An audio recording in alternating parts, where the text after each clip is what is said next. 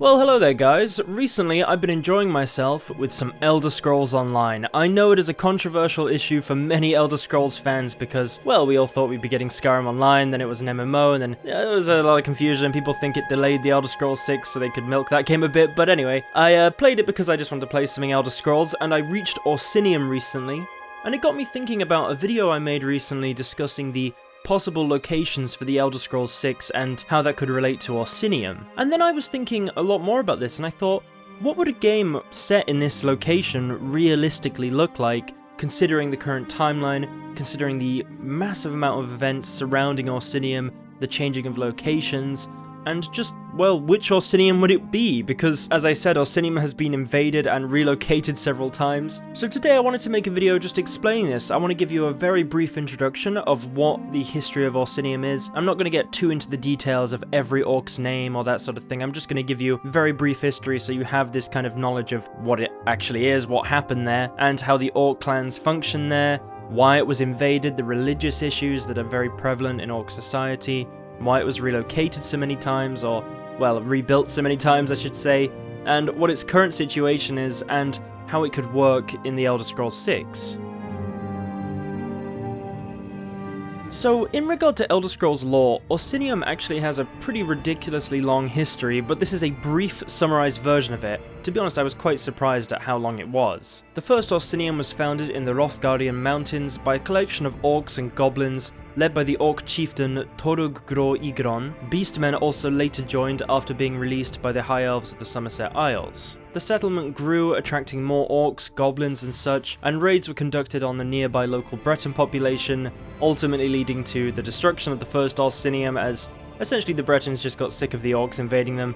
There was a lot of propaganda at the time, like, were the orcs actually doing it? That they were, it seems, but they all had different reasons for it. But the second Orsinium appears in the Elder Scrolls Online, and in this game the orcs were offered the lands of Hrothgar once again by the Daggerfall Covenant, as there was the Three Alliance War and they needed the orcs on their side, and they would only give it to them if they would attack the city of Shornhelm. The leader of this assault, Kurog Gro Bagrak, I hope you're okay with me saying these names, it's very hard, became the king of Orsinium. This king supported the belief that Trinimac and Malakath were two different entities, or I should say are, and if you don't know who Malakath is, he was a Daedric lord, and many consider him to be a sort of corrupted form of Trinimac, but it was actually believed by this particular orc king that he was a false god and not the precursor to all the orc race, and Trinimac was actually the proper god, and therefore there was a lot of divides between the different orc chieftains and him, and this idea that he's trying to split apart the sort of orc society and believe in something that they think is just not true. I mention this fact because it's quite important for orc society in general.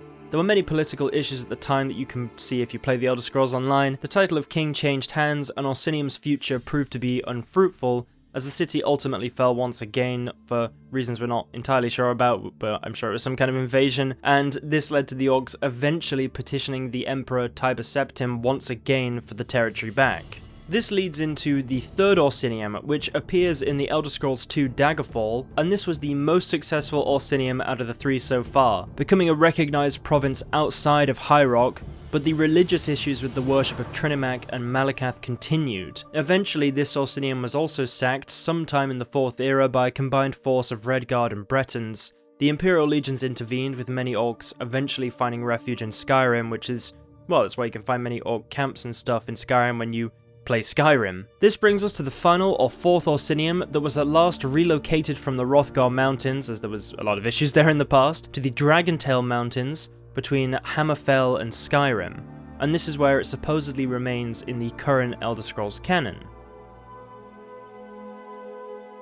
So how does Orsinium function on a day-to-day basis? If the Elder Scrolls 6 took place there, what could we actually expect to find? Well, of course there are many orc clans with a general ruling clan and king, but these clans are not always in agreement and differ greatly on what they think is best for the orcs. A big point of difference, not just with the clans but between orcs in general, is the religious issues surrounding Malakath, a Daedric lord, and Trinimac in Aedroth, or Altmeri deity. There are many different accounts of the orcs' creation, with some describing them as the disgraced followers of Trinimac, all forever altered after Trinimac became Malakath. Malakath has been described as the dung of Trinimac, but some regard Malakath as the version of Trinimac who escaped a curse placed on him by Boethia, and after escaping became Malakath, and some orcs disregard this altogether and believe Malakath to just be a demon and trickster, and not Trinimac, who they think is their actual creator. So there's a lot of different accounts of where did orcs come from, but it all relates to these characters if they are separate characters, or this character if it's one. The religious issues particularly could be interesting to see should the Elder Scrolls 6 take place in, or at least allow us to visit Orsinium. We could see how the different clans support a Daedric Lord whilst the others an Aedroth.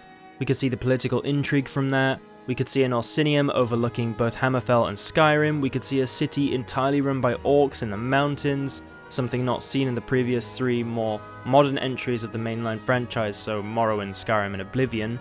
We could also see the tensions with Hammerfell, especially considering their role in the sacking of the previous Orsinium, and we could also try and balance the political tensions both in the city and out of it. I mean, it could be an incredibly central storyline to the next game. It seems that the Empire supports them, so we could even see further Imperial intervention with them, or they could act as a sort of staging post into Hammerfell.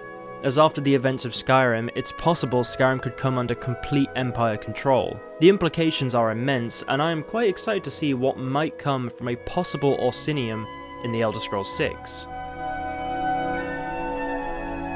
I think we can all see the possibilities for the next Elder Scrolls 6 game, and as Hammerfell is the most likely location if you watch my previous video, I explain it there, Orsinium is likely to be a major player should this be the case, and I for one would love to see it in another mainline Elder Scrolls game. I want to make an orc character and be able to go and see a society of other orcs, not the scavengers we're used to seeing. I want to take part in battles either for or against the Redguard. If the game is somehow in High Rock and Hammerfell, as I also previously discussed, we might even see the ruins of the first Orsinium and then also the new one, which would be such a cool contrast. But yeah, anyway, what do you all think? Do you think we will see Orsinium in the next Elder Scrolls game? Which Orsinium do you think we might see if we do actually see it? Do you think it will be set in the past, set in the future? And actually, which one do you want to see? Personally, I would really like to see the Orsinium that was the most successful, and I want to see it getting sacked by the Bretons and the Redguard. I think that could be quite interesting, but I would also love to see the new one, maybe even the first ever Orsinium. That would be pretty interesting. But yeah, let me know in the comments below. Like this video to support this sort of content, subscribe if you're new, put that notification bell on if you want to stay up to date on new videos, and thank you for watching today's Elder Scrolls 6 video. Please let me know what videos you'd like to see in the future, let me know what games you want me to cover, all that sort of stuff. Really do appreciate it, guys. And yeah, good luck on your next adventures, everyone.